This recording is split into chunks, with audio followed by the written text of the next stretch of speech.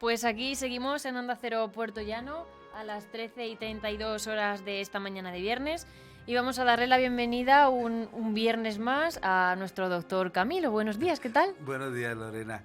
Hombre, aquí, como digo yo, con un día un poco movidito, pero bueno, que no pasa nada. Que lo Exactamente. importante es que estemos aquí, nos lo tomemos con relax, nos divirtamos un poquito, espero yo, aunque tú sabes que los temas de medicina son como los de los abogados, tienden a ser un poquito espesos, pero yo intento que echarle agüita al caldo. Claro que sí, que se hacen muy entretenidos, ya te lo digo yo. Bueno, y te acuerdas que la semana pasada empezamos a hablar, como digo yo, de ciencia ficción, porque Exacto. estábamos hablando de las terapias biológicas, hicimos un listado larguísimo de todas las cosas nuevas que son extraordinarias, de las vacunas, de la terapia génica, de todos los dardos virales oncológicos para hacer reformas, por decirlo así, dentro del ADN de las células.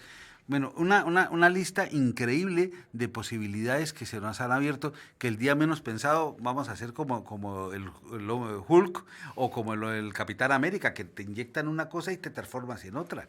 Que bien puede pasar. Pues no estaría mal del Bien todo, puede yo pasar. creo. Hombre, yo sí puedo sacar unos par de musculitos así sin mucho esfuerzo, no me pondría tampoco bravo.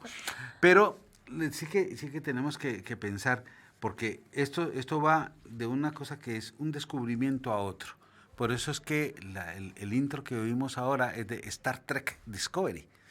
Para el que no lo sepa, yo soy un Trekkie furibundo. Sí, tengo hasta una muñequita así del señor Spock en la guardilla, ¿no? Coleccionista de figuras y todo. No muchas, no tengo sino esa de momento, pero sí tengo una reproducción del Enterprise que lo armé yo solito. Eso tiene más mérito Es, todavía, ¿eh? pero bueno,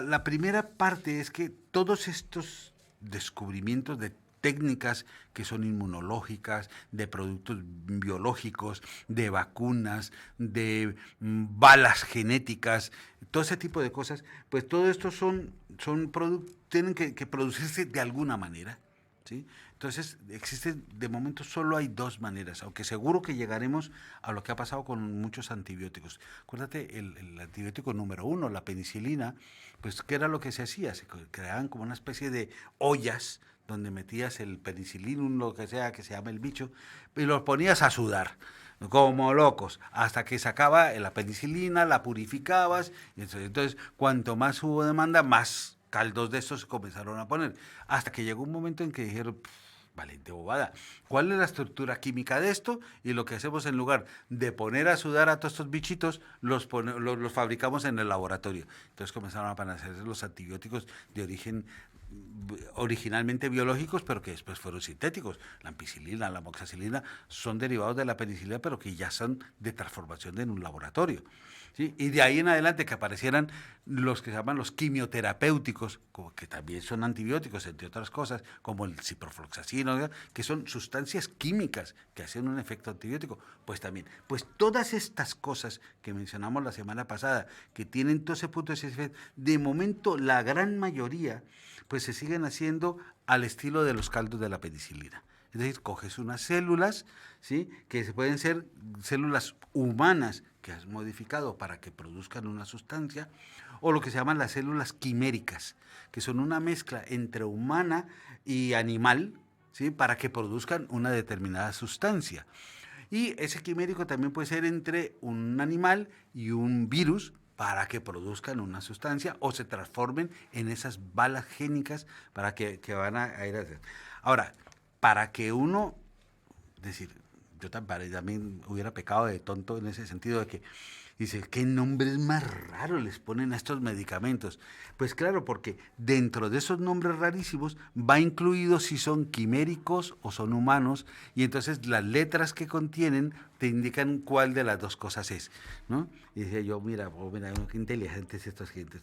Pero bueno, ahora, el hecho es que estos productos, independientemente de que de momento se logren de esa forma, seguro que en un futuro los vamos a tener ya sintetizados. Es decir, como se hizo con las vacunas. Sí, al principio las vacunas se buscaban, se generaban y todo lo que sea, pero después comenzaron que eso fue también un aporte que hizo un médico colombiano que se llama Manuel Equil Patarroyo, que hizo una de las primeras vacunas en este sentido, y abrió esa puerta, aunque la que él hizo fue un fracaso espantoso, ¿no? Pero abrió esa puerta. Entonces tú coges dices, este es el receptor del bicho, ¿sí? Y esta es la posible vacuna en una estructura 3D. ¿Tú has trabajado alguna vez con esos programas CAT de diseño de cómo se diseña una herramienta, cómo se diseña un coche o lo que sea? Bueno, pues tú fabricas la piecita y la puedes girar en todos los sentidos para darle una imagen en 3D. Entonces tú llegas y cuadras la molécula que estás trabajando y la miras en el receptor del bicho al que quieres jorobar, ¿no? Y miras a ver si casa. Y si una vez casa, ves si es capaz de unirse, y si es capaz de unirse, pues ya la vacuna o el medicamento va en camino de funcionar, ¿sí?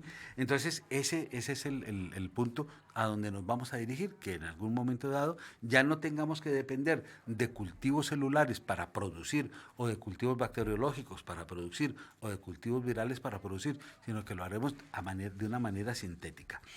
Ahora, tú llegas y dices, bueno, vale, todos estos medicamentos son geniales, son maravillosos, son cojonudos, y no solamente son cojonudos, sino que son cojonudos porque cuestan un cojón.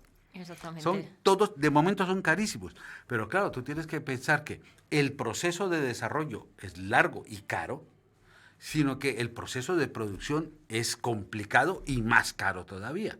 Ahora, si a eso le añades también vamos a aprovecharnos y nos vamos a ganar un buen dinerito con todo esto, pues tú multiplica por 3 o por 4 y ya tienes el valor de cualquiera de estos medicamentos, que a veces, si no fuese por la seguridad social que tenemos en muchas partes del mundo, sería absolutamente imposible que lo pudiéramos recibir como tratamiento. Pero entonces resulta como en todas las cosas. Tú sabes que existe un medicamento, el original, el que sale con una determinada marca al mercado, y un X tiempo después aparecen las copias genéricas.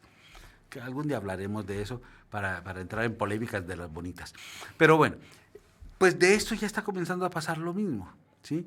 Aunque todos esos productos biológicos los fabrica un laboratorio, tienen su patente y tienen su marca registrada, y tú no me puedes copiar a mí porque no te voy a dar permiso y lo que sea, sí que existe una cosa que se llaman los biosimilares. ¿Tú sabes qué es lo que se llama la ingeniería inversa? Sí. Bueno, pues para el que no lo sepa, es, por ejemplo, yo me compro un televisor que es súper chuchiguay, ¿sí? Y lo desbarato hasta el último tornillo para saber cómo funciona. Y una vez sé cómo funciona, me invento uno parecido, muy, muy igual, sin ser igual, porque entonces me reclamarían la patente. Claro. ¿No? Y lo vendo yo como mi televisor super chuchiguay, igualito al chuchiguay de marca tal que he pirateado. Porque en el fondo la ingeniería inversa no es más que piratear cosas. Pues también aquí existe esto, y esto es lo que se llaman los biosimilares. Los biosimilares son medicamentos que se han desarrollado a partir de otro, ¿sí? Y que lo que hace es que se llaman versiones subsecuentes de un medicamento biológico. Es decir, yo cogí tu medicamento, miré a ver cómo es la estructura molecular, le hice este cambiecito acá y ya está. Ya es otra cosa, es otra molécula. Total, es mi versión de tu molécula y son dos cosas diferentes, ¿no? Pero eso también implica que en algún momento dado los biosimilares no sean tan caros, fíjate, no sean tan caros. Siguen siendo caros, pero menos. Pero caros, pero menos, son más así. Ahora, todos estos medicamentos tienen que encontrar un sitio en el cual actuar.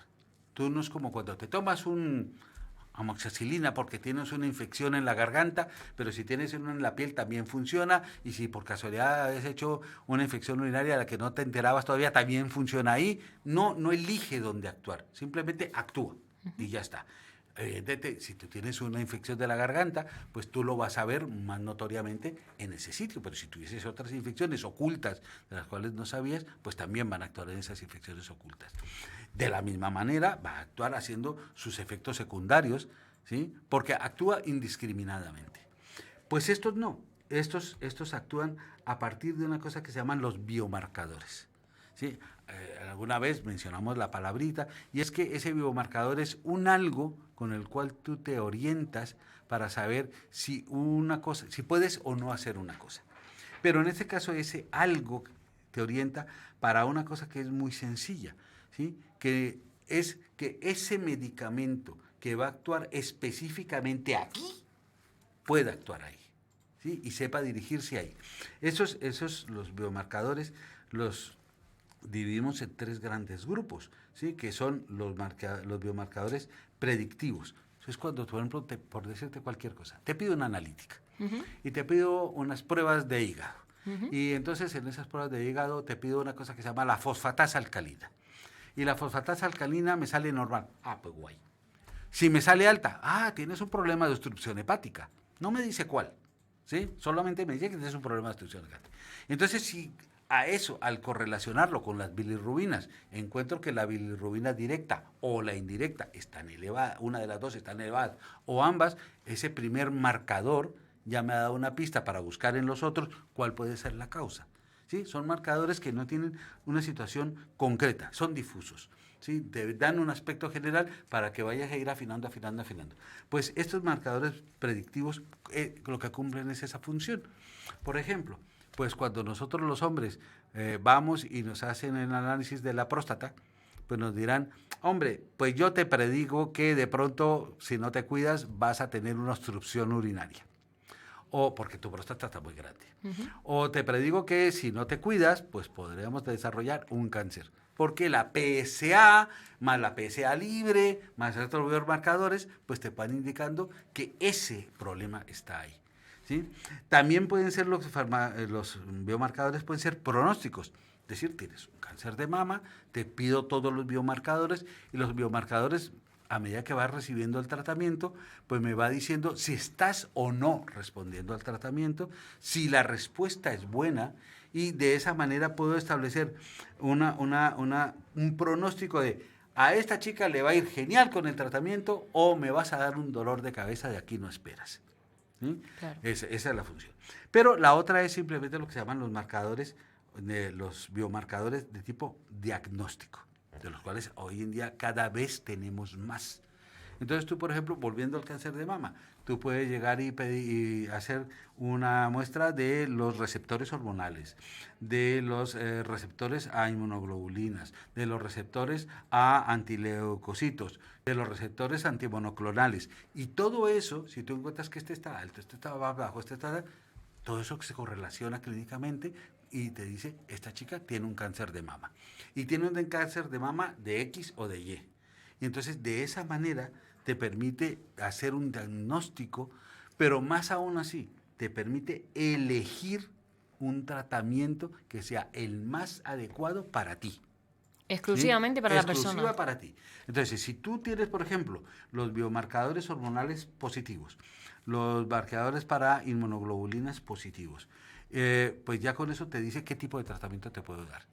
¿Sí? Son 3 grupos de marcadores, pues que ahorita se me va el tercero, pero no me acuerdo. Pero también puede pasar que estos sean negativos y estos son negativos y te trajo el que te llevó. Claro. ¿Sí? Porque no existe un tratamiento todavía no existe un tratamiento para los que son triple negativos. ¿Sí? Entonces, ¿qué nos toca hacer? Pues coger el tratamiento toda la santa vida y dártelo con la esperanza de que funcione. Pero eso se irá resolviendo, porque ya han anunciado que existen nuevos medicamentos, sobre todo estos tipos biológicos, que para el triple negativo sí que pueden llegar a funcionar. Pero estos biomarcadores así no solamente están para el cáncer de mama, sino están para el cáncer de colon, cáncer de próstata. Hay una lista muy larga de la que hablaremos luego. Ahora, estos biomarcadores dependen de la célula, ¿sí? Cada célula en un determinado órgano va a producir estos biomarcadores. Entonces pueden ser que haya un punto, una proteína en la membrana celular que al inyectarte yo un líquido es positivo o es negativo y eso es un biomarcador. O son transmembrana. Tú pasas la membrana y en el interior de la célula existe ese punto que puede existir o no, y entonces al inyectarte yo en algo me va a decir si está presente o no está presente, ¿sí? O en el núcleo, yo le pido que si ciertos transmisores del ADN o ciertos receptores del ADN están presentes o no, pues me van a decir para dónde puedo ir contigo. ¿Ves? Estos receptores pueden a veces ser internos, pero tener una expresión externa. O al revés, ser un receptor externo ¿sí? Y tener una expresión interna. Lo cual también es muy bueno porque muchos de estos medicamentos son duales. Es decir, te pillan el receptor externo para que abras la puerta, para que después entre al receptor interno y patapún, celulita, te vas a hacer fideos en otras partes. Entonces, eso es muy importante. El problema es que en las células, digamos, normales, conocemos ya bastante bien los procesos. Entonces, buscar un biomarcador para una célula normal cada vez es más fácil. Pero en las células enfermas, sobre todo las de cáncer, esa parte no está tan conocida todavía. Porque las células cancerígenas, sobre todo, manejan otro criterio en la vida. Entonces, muchos de esos transmisores, neurotransmisores o citotransmisores o transmisores bioquímicos que produce una célula normal, normalmente no lo produce, Claro. sino que lo produce la célula que tiene una enfermedad, sobre todo las cancerígenas. Entonces, producen secreciones para el crecimiento, secreciones, transmisores para que produzca más vasos sanguíneos, elementos para que refuerce la pared, elementos para que se pueda reproducir más rápida, para inhibir una cosa que se llama la apoptosis. ¿Sí? Ya te vi la cara. Ya te me has vi la pillado, cara. digo, mira, eso ¿Ves? ya es que ni me suena. Tú sabes que todas nuestras células tienen programado un tiempo de vida X, ¿sí? Y pasado ese tiempo de vida se suicidan. Vaya. Así es. ¿Sí? Y eso es lo que se llama la apoptosis, es la muerte programada que tienen las células. Sin embargo, hay células de algunas personas que le han dicho a la apoptosis, conmigo no cuentes. De eso nada. Y se llaman las células inmortales. Hay varios cultivos de células inmortales que están tratando de averiguar por qué no se mueren. ¿Sí? Estaría bien saberlo, sí. No recuerdo muy bien, pero hay unos patrones en los cuales, por ejemplo, una célula se puede dividir 100 veces y en la 99 ya dice, esta es la última. ¿Sí? Hay otras que se pueden dividir 20 veces o 50 veces y aparece eso. Sí que se han encontrado que hay unas cosas que favorecen la apoptosis, como son los daños en las telomerasas, ¿sí? Que se producen, daños que se producen en una parte de los genes cada vez que se reproduce la célula. Y eso es lo que hace que se vaya generando ese mecanismo de apoptosis. Pero también ya se están descubriendo cosas que impiden o reparan esos daños de la telomerasa y entonces rejuvenecen la célula. Si la célula rejuvenece, ¿quién más va a rejuvenecer? Seremos jóvenes para toda la vida. Qué maravilla. Lo cual sería muy bueno. Entonces, esa parte es la que todavía sigue buscando esos biomarcadores para poder hacer que estas terapias biológicas vayan directamente. Pepe.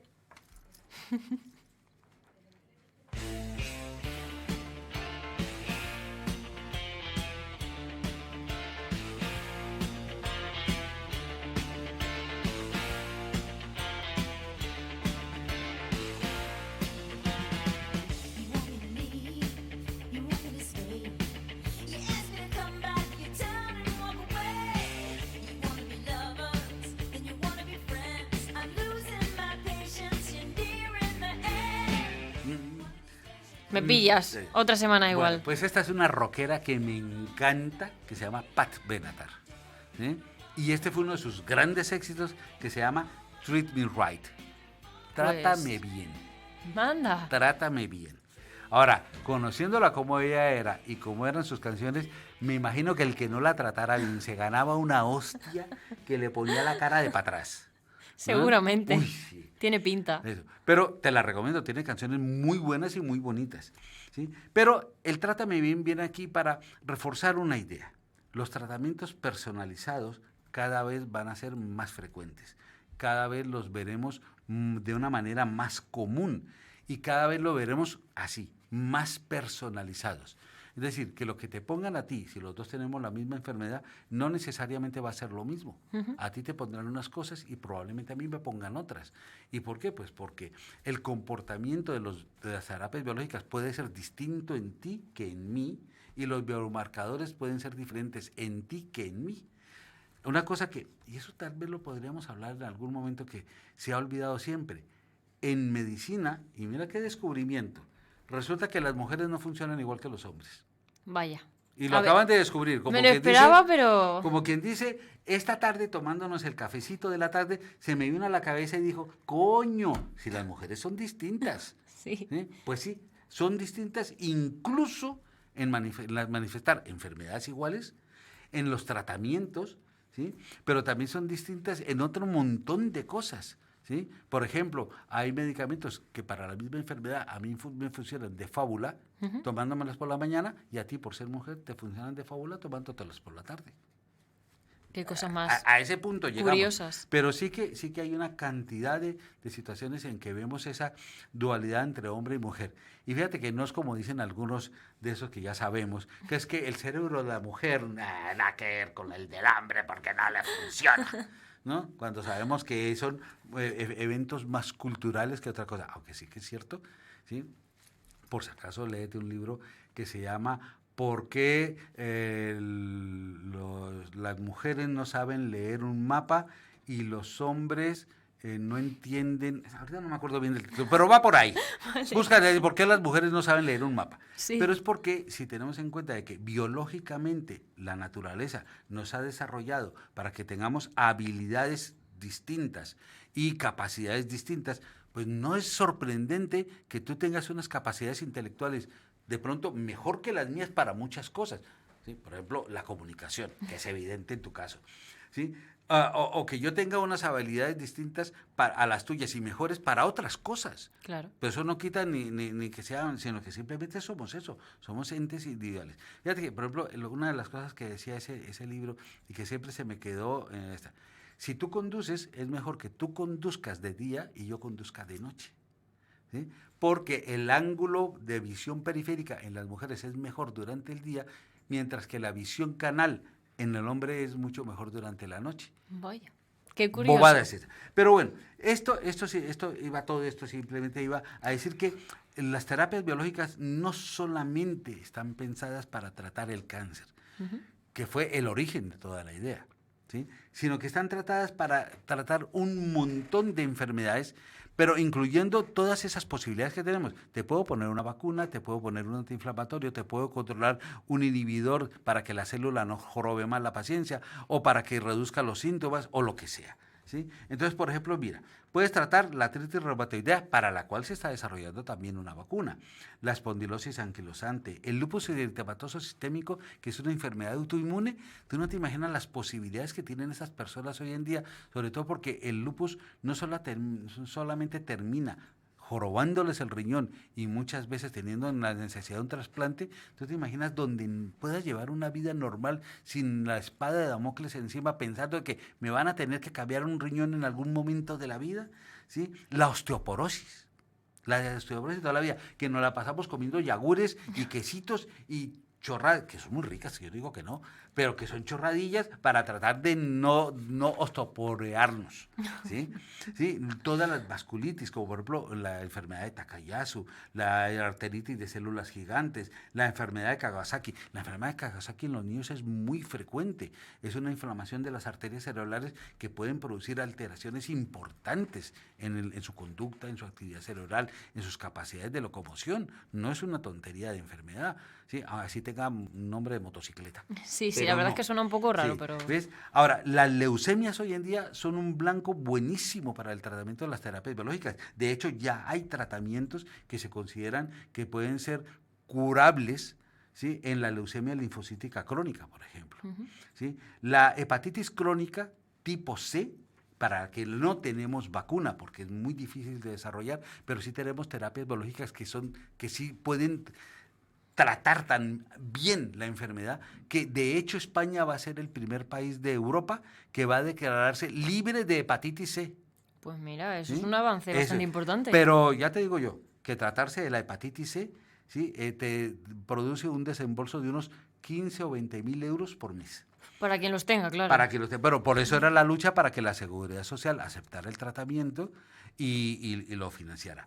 El síndrome de Guillain-Barré, la miastenia gravis, la poliarteritis nodosa, la granulomatosis de Wegener.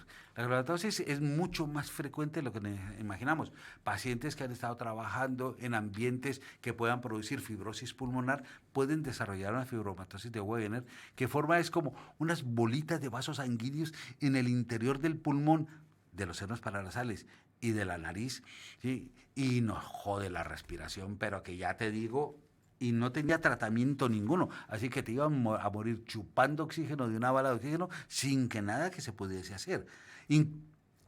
Incluso muchas veces el trasplante pulmonar, que era la única opción, tampoco llegaba a hacerlo porque tenías muchas veces que terminar haciendo un trasplante completo de los dos pulmones y el corazón al mismo tiempo como una sola unidad. Sí. El síndrome de liberación de citocinas en los pacientes con el COVID-19. ¿Sí? Ya sabemos que existe el COVID prolongado. Ya sabemos muchas de las secuelas que deja. Lo que no sabemos, ni tenemos todavía mucha idea, es de por qué coño pasa. Claro. Sí sabemos que hay un fenómeno inflamatorio asociado en la insuficiencia respiratoria crónica que se produce. También en los cuadros de pacientes que tienen trastornos dolorosos articulares crónicos y también en el síndrome de fatiga post-COVID, todos son procesos inflamatorios. Inclusive se está hablando de que los trastornos de la microtrombosis asociada al COVID, bien sea agudo o prolongado, puede tener un proceso inflamatorio asociado que puede ser mejorado a través de terapias biológicas, ¿sí? Pero eso todavía está un poquito así en plena cocción, ¿sí? Pero que hay algunas cosas que ya se pueden hacer. Pero, por ejemplo, tú hazte la idea, ¿sabes lo que es una psoriasis? Sí. Es una enfermedad muy común y muy molesta. Pues ya existe un tratamiento con terapias biológicas que ayuda. Y no hablemos de lo que ya habíamos hablado antes, del cáncer de mama. Sí. ¿Sí? Ahora, como todo tratamiento, fíjate que no uso la palabra medicamento, como todo tratamiento, pues puede dejar sus cositas malas. Mira, si yo te mando a ti a hacerte vaos de agua caliente con sal para descongestionar la vía respiratoria, eso es un tratamiento. ¿Cuál es el efecto secundario? Pues que te vas a echar la cara un asco y el maquillaje se te va a correr y todo eso, ¿sí? Pero esto también, existen una serie de efectos secundarios como una cierta potencialidad a tener infecciones. Pero los típicos de todas las cosas, me puede salir un brote, me puede dar un poquito de fiebre, me puede dar escalofríos, tengo algo de náusea, me puede dar diarreíta, las cosas normalitas, pero que son transitorias afortunadamente. Pues muchas gracias, Camilo, porque vemos que hemos terminado ya este tema esta semana. La semana que viene toca un tema nuevo. Así que ya nos hemos quedado sin tiempo. Por suerte o por desgracia, se nos ha pasado muy rápido. Estoy comenzando a darle vueltas a lo de la diferencia clínica y farmacológica de mujeres y hombres. No sería mala idea. Lo veremos, lo veremos. Si soy capaz. Así que, pues nada, les dejamos ya, porque son casi las 2 de la tarde. Que pasen un buen fin de semana y sean buenos. Nos vemos aquí la semana que viene.